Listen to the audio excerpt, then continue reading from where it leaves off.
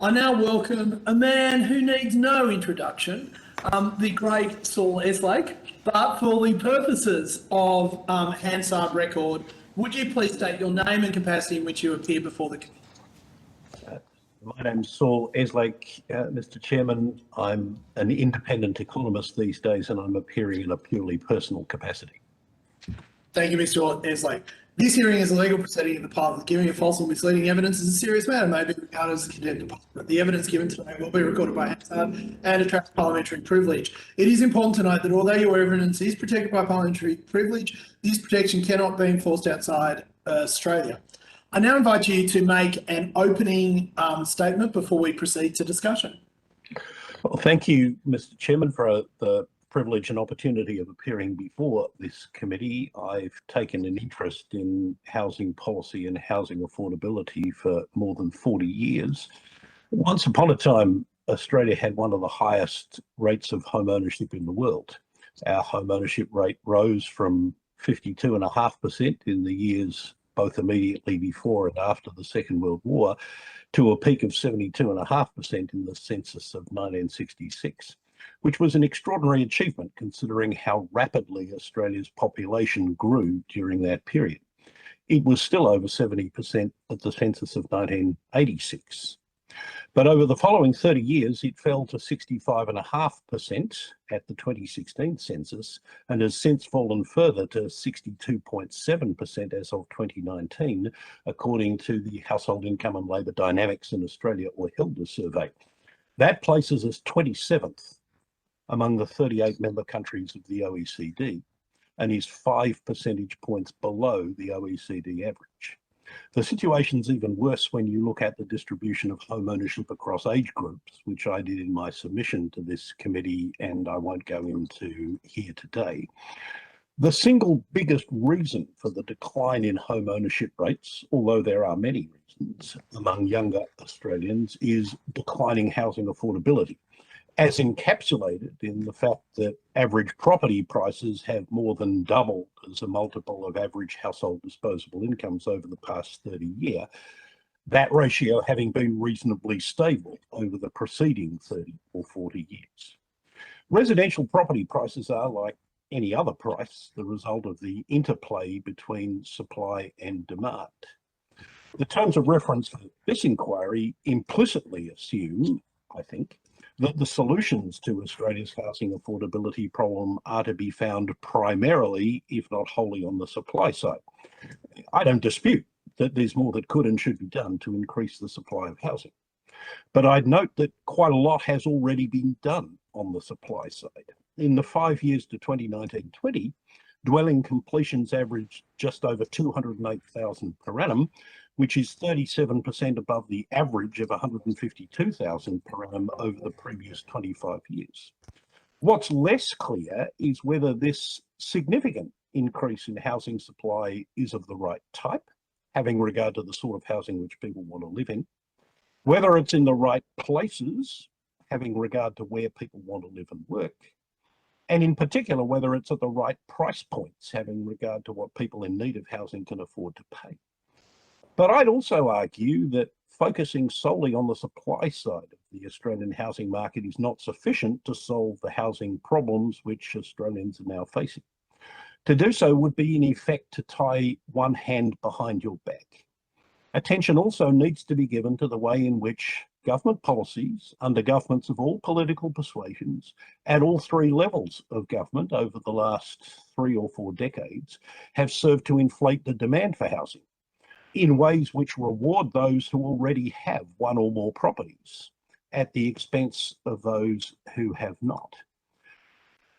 To all honourable members of this committee, I'd ask, with whose interests are you most concerned as you consider the issues raised by your terms of reference? Is it the interests of the 11 million Australians who already own at least one property and the more than 2 million who own more than one? Or is it with a minority, albeit a growing minority, of Australians who are unable to achieve what their parents and grandparents took almost for granted, that if they worked hard and saved, they'd be able to own their own homes and another also growing minority of Australians who know that they'll never be able to own their own homes and must seek to provide shelter for themselves and their dependents in an increasingly difficult private rental market. I think the answer you give to that question will determine what you ultimately recommend to the Parliament. Thank you. Thank you, Saul. So members, Mr. Eslake has kindly given us to 2:20, which is half an hour. I only have 4 members currently on screen, so I'm going to give each of us 7 minutes of questions and answers. Saul, I might go first till 2 o'clock. And can I answer your question by saying that my primary concern here is home ownership, particularly for people who can't at the moment buy their own home. And that we talk a lot around this. We've had a whole bunch of experts in front of us, and their primary concern seems to be, publicly owned housing, if I can put it that way, regardless of whether social and affordable housing. Do you think part of the problem is that so much of the advice that we have received on housing and the housing market in Australia is from people who are not, who quite frankly are well motivated and right about where their concerns lies, but are looking at only particular segments of the Australian population, and therefore the people who have missed out have been the ones who are now under 40?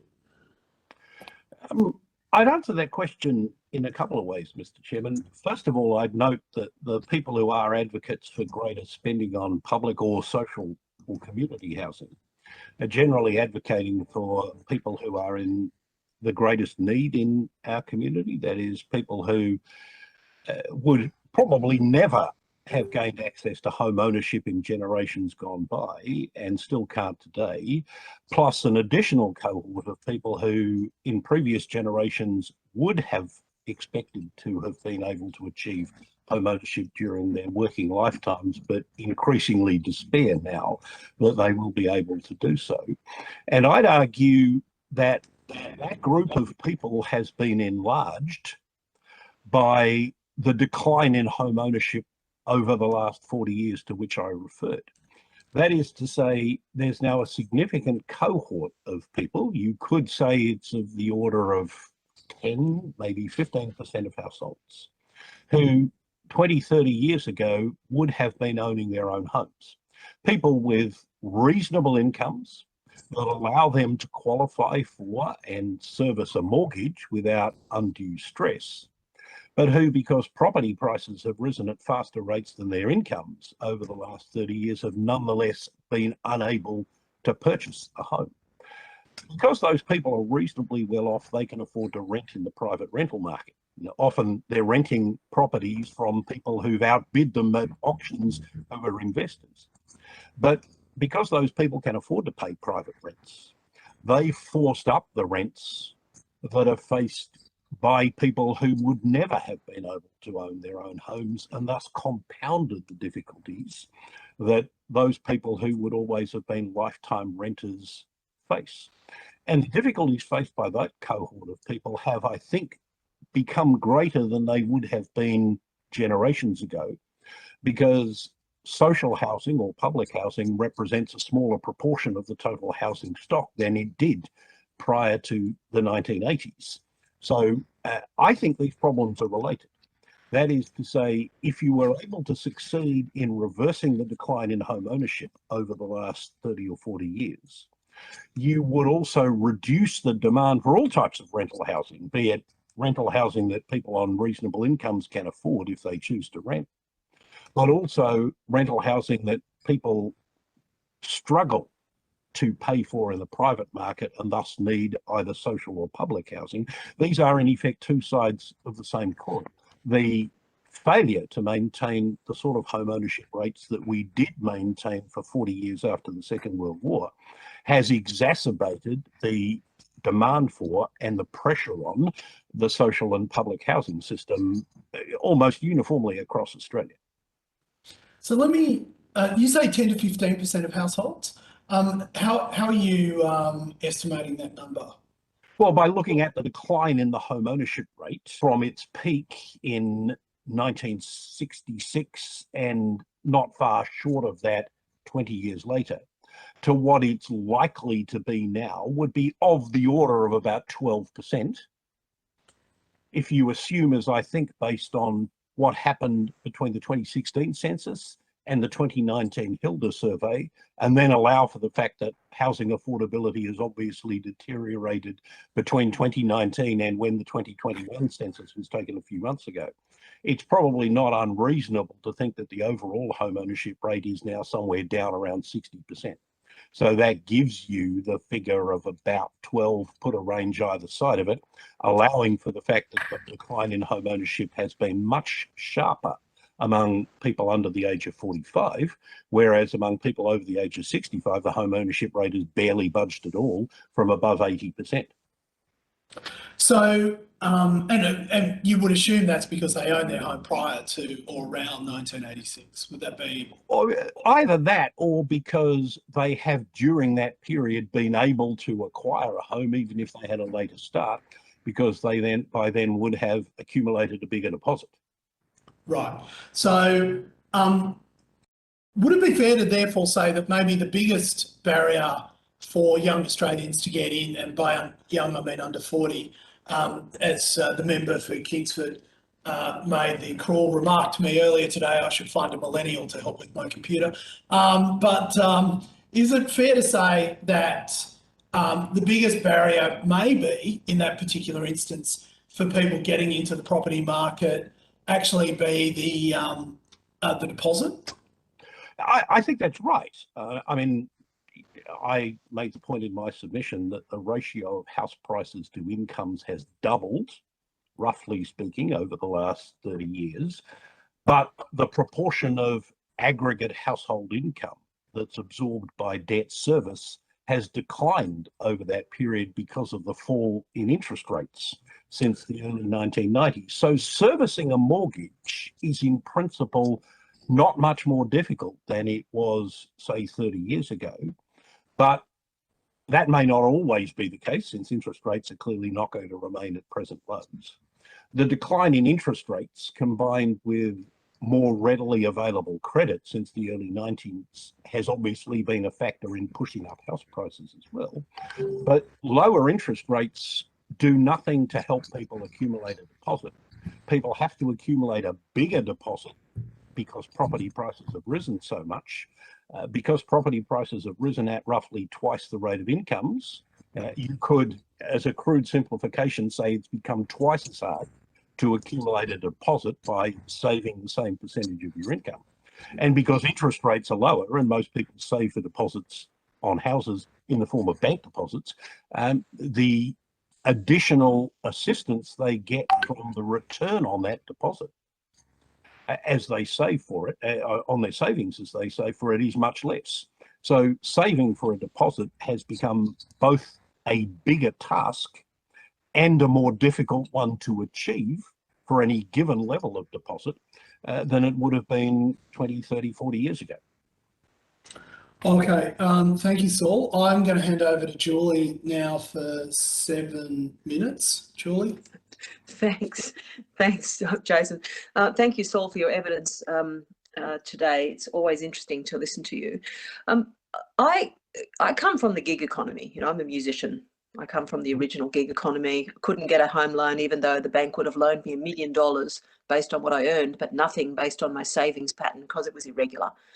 So I kind of come from that world where you move around a lot, you go in and out of the workforce, and a lot of the world is moving that way. I'm just wondering whether our whole housing model is based on an old sort of structure of people that buy a house and stay put and have tenure. And I wonder whether we're adjusting enough for the changing world. I suspect the answer to your question, Ms. Owens, is no, but I'd note that, at least according to ABS statistics, the proportion of the workforce who are classified as casual, that is, who don't have any form of permanent leave, any form of regular leave entitlements, hasn't really changed much since the mid-1990s, having risen quite a lot in the 1980s. And likewise, that the proportion of the workforce who are classified as owner-managers of unincorporated businesses, which includes a lot of people like myself, and like you described yourself before becoming a member of parliament, are sort of, on their own. That proportion hasn't changed much over the last 20 or so years either. So the cohort of people you're talking about are not insignificant, but it's not clear that they have become any more significant over the last 20 years. And hence, it's hard to say that a change in the workforce of that nature has made a significant contribution to the decline in home ownership. It may well be that financial institutions take a harsher view of people, particularly in casual jobs, and their capacity to save, although it would appear that there are plenty of people running small businesses who are nonetheless able to get mortgages. Now, it may be, of course, that they have acquired their homes and gotten a mortgage before they founded a small business. It's very common for someone who starts a small business to have to put their house on the line in order to get the finance they require. And indeed, I'd argue that among the longer-term adverse consequences of the decline in home ownership rates in Australia is that it may be more difficult for people to start and operate small businesses because fewer of them will have homes that they can use as security for a business loan. That's one of a number of, I think, potentially adverse consequences that go beyond the issues associated with security of tenure that we normally think about when we're talking about declining home ownership rates. But to sum up that answer, I think there is a problem in what you describe, but I don't think that problem has become more significant over the last 20 years than it was in the 20 or so years before that. Thank you. Can I ask you about the group of people? There are obviously people throughout history who would never have been able to buy a home, and there are people who are the cohort that a lot of our witnesses have talked about. Then there's people who can buy houses. Then there's this seemingly growing group in the middle that, for whom price alone, really, price and location puts them out of the market. They have stable jobs, they're key workers, etc.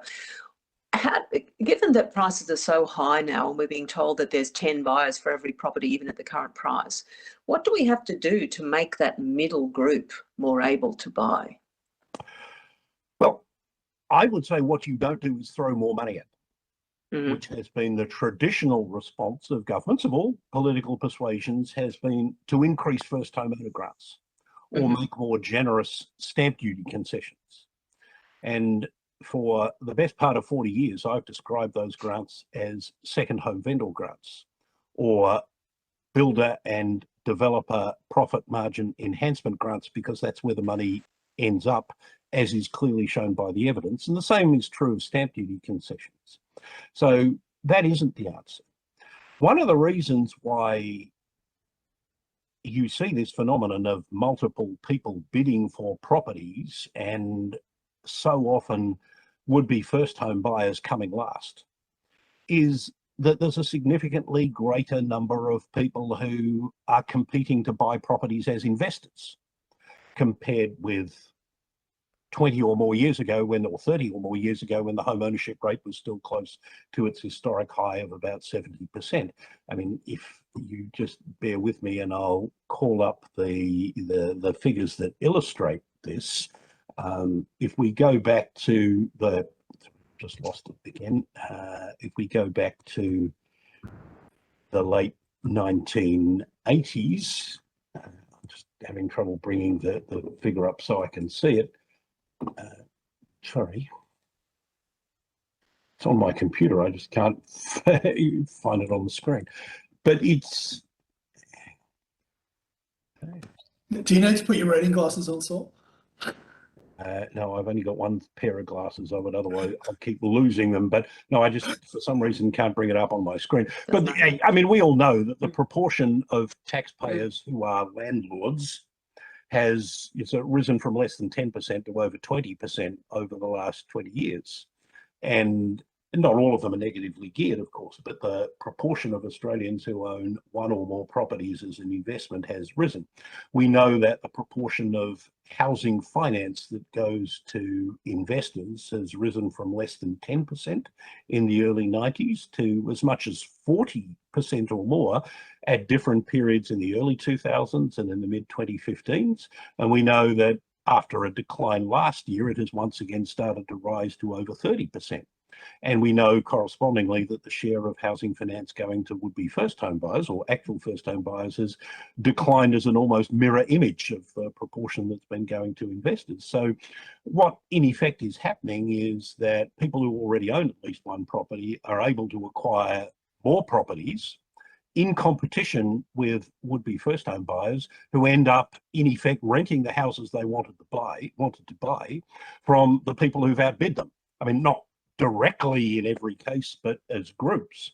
So that, you know, when people say that property investors play an essential role in providing rental housing, they do so only because they increase the demand for rental housing by squeezing out people who would otherwise have bought those properties in order to live in them. And as I say, we're talking here about this middle group of people who are not poor, you know, who have good jobs, who have incomes, who have, you know, the self-discipline to make regular payments, but still find themselves being squeezed out. So they are renting and pushing up rents for that other group of people you mentioned who, both in previous generations and the current one, would never have aspired to own their own homes.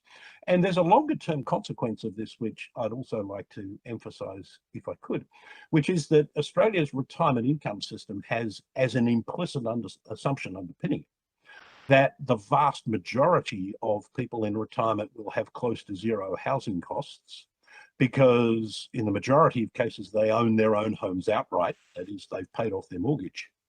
And so their housing costs year by year are typically just repairs and maintenance and council rates. And traditionally, for that much smaller proportion of Australians who reach retirement age without ever having owned their own home, they would be accommodated in social housing with their rent fixed as a proportion of their low pension.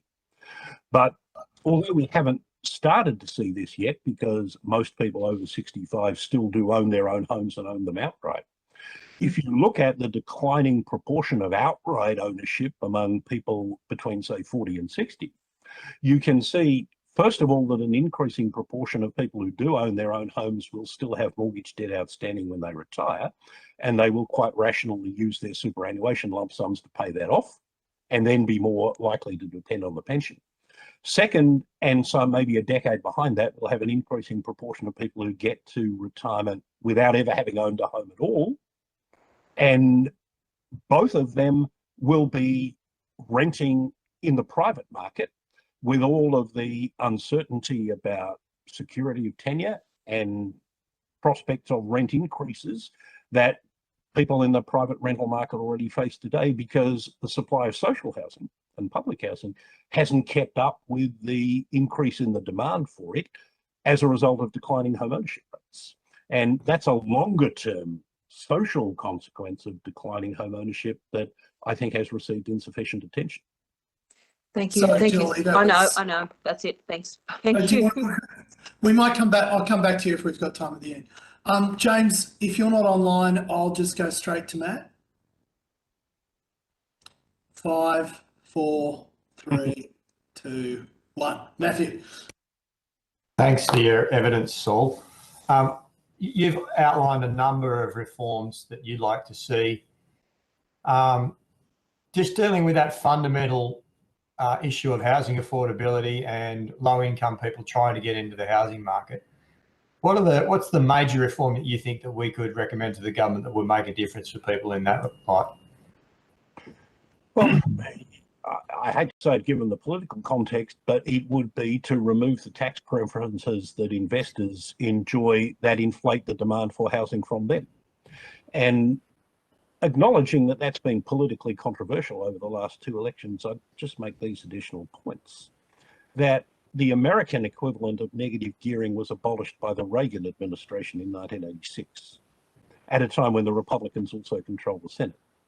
The British version of negative gearing was abolished by the Conservative Cameron government about 5 or 6 years ago.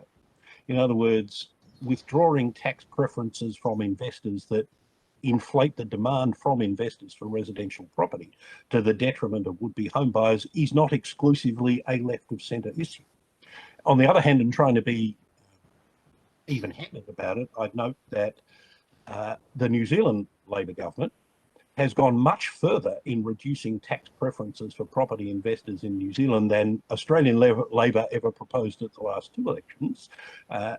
In New Zealand now, interest on loans taken out to purchase investment properties can't be deducted against the rental income, let alone offset against other wage and salary or other forms of income as they can in Australia. And capital gains on residential properties held in New Zealand as investments for up to 10 years are now subject to capital gains tax at full marginal rates without even an allowance for inflation. Now, that's much more than I've ever advocated. It's much more than the Labor Party advocated at the last 2 elections.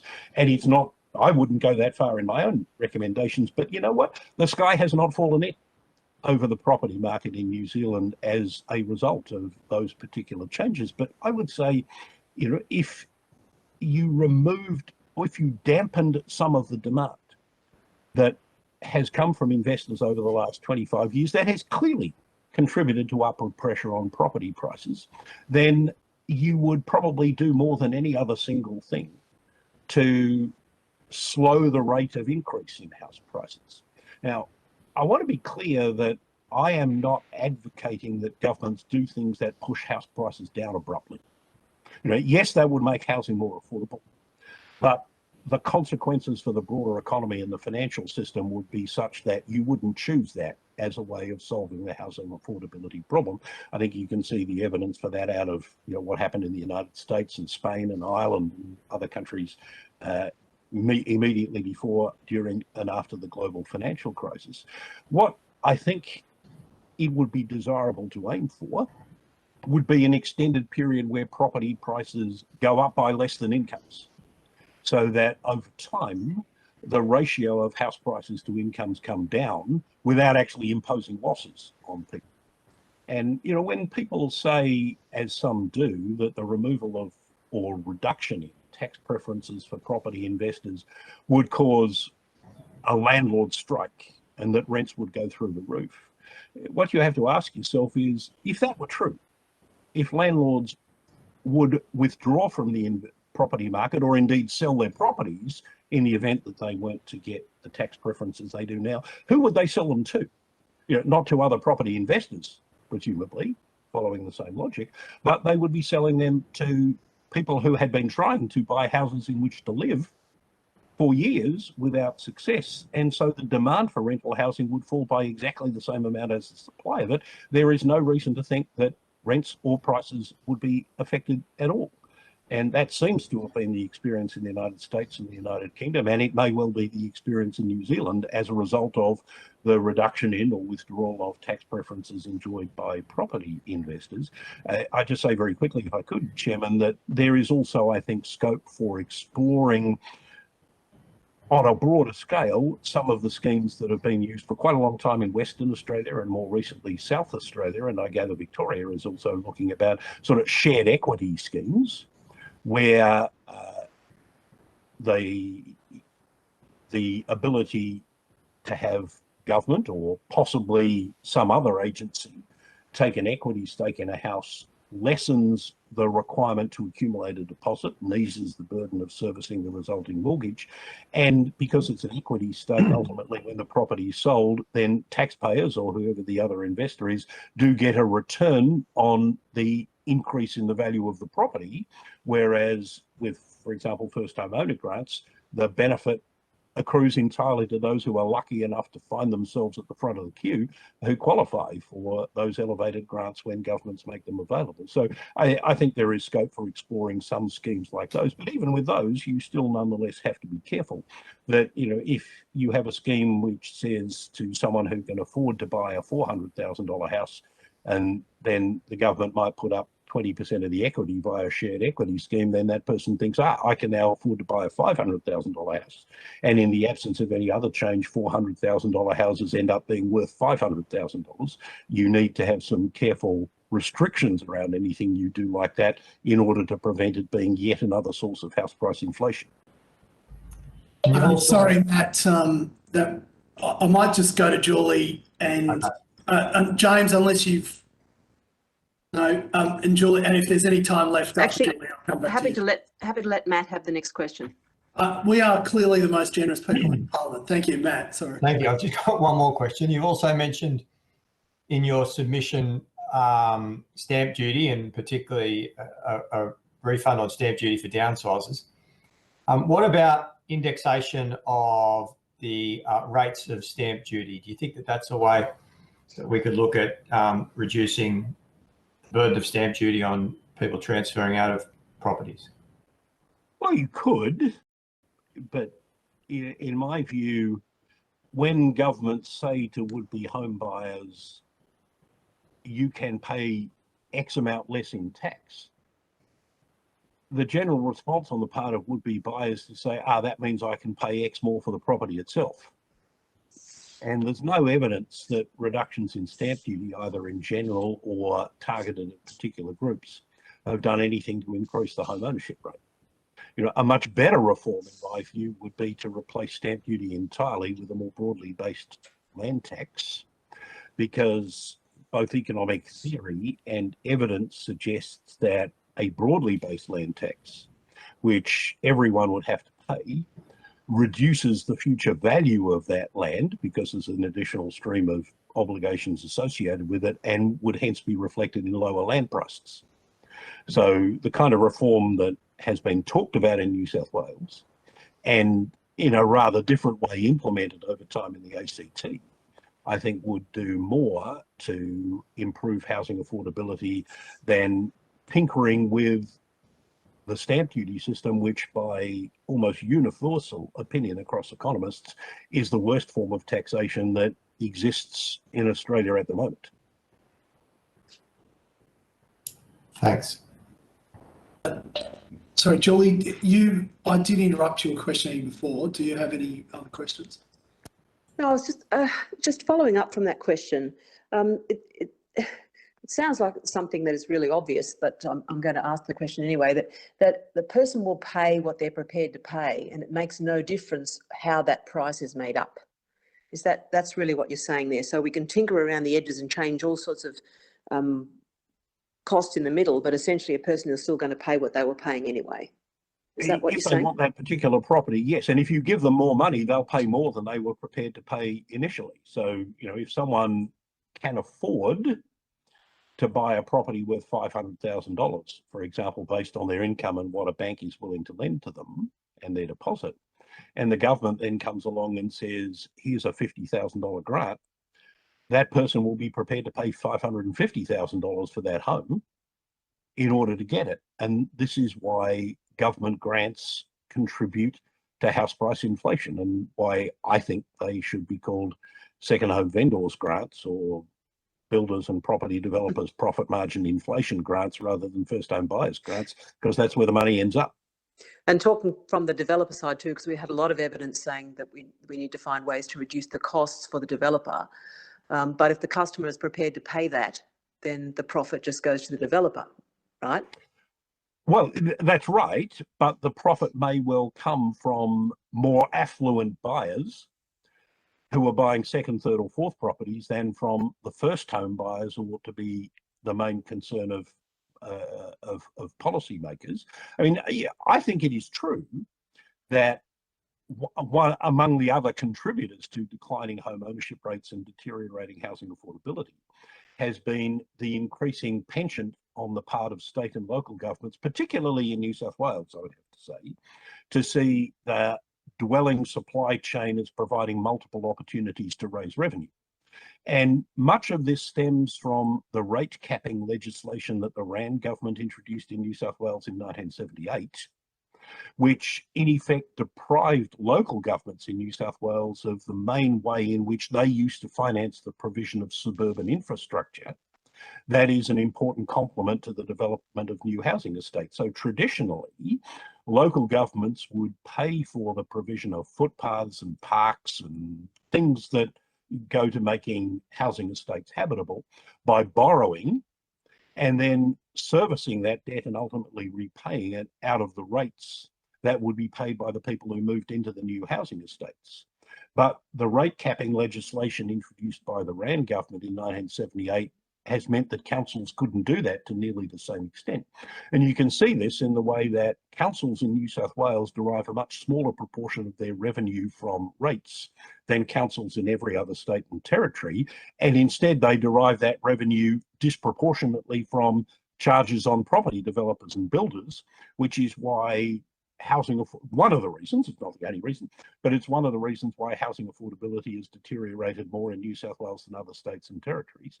There's been elements of it in Queensland. Queensland would be the second worst state after New South Wales for this, and to a lesser extent, the other states and territories. But, you know, I don't endorse every argument that developers have put to this inquiry and other ones similar to it.